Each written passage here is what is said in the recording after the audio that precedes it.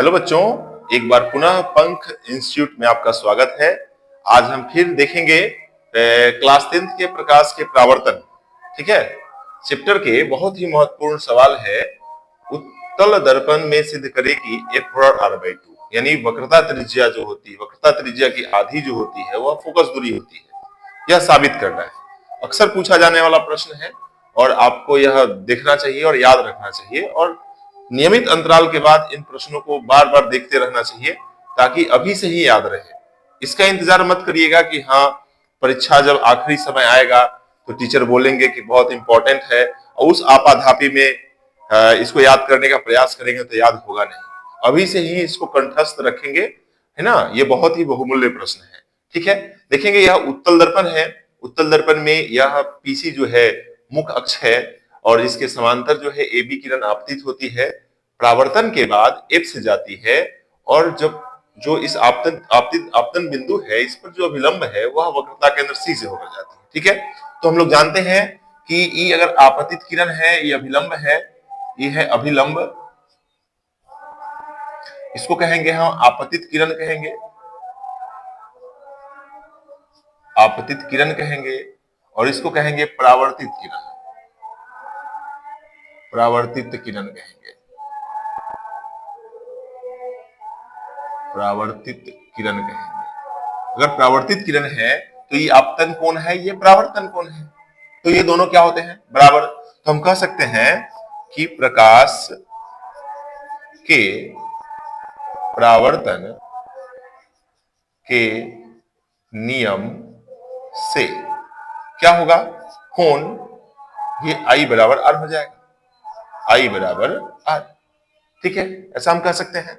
उसके बाद हम क्या करेंगे कि ये जो, अगर इसको हम आगे अनवरत रूप से बढ़ा देंगे तो ये जो एंगल होगा, ये जो यहाँ ये एंगल बना, अब इसको हम एक समय के लिए, थोड़ा देर के लिए इसको हम मिटा देते हैं। ठीक है, इसको मिटा देते हैं। तो हम जानते हैं कि दो समांतर रेखा को एक तिरछी रेखा प्रतिच्छेद करे, इस कोण को हम कहते हैं संगत कोण। क्या कहते हैं? संगत कोण। यानी ये कोण जो है इस कोण के बराबर होगा, यानी ये I है तो ये भी I होगा।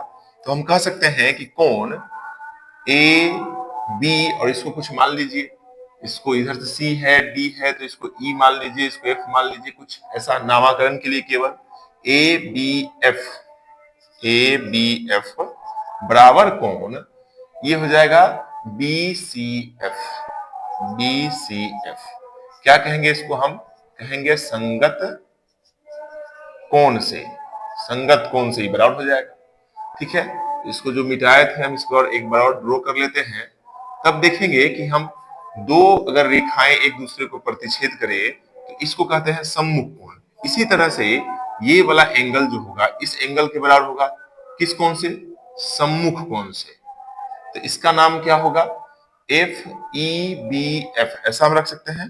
कोण EBF बराबर कोण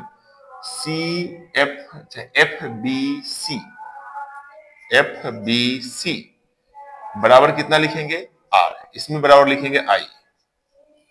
क्यों लिखेंगे? तो ये है सम्मुख कोण, सम्मुख कोण से, सम्मुख कोण हो गया। अब ऐसा करेंगे कि अब त्रिभुज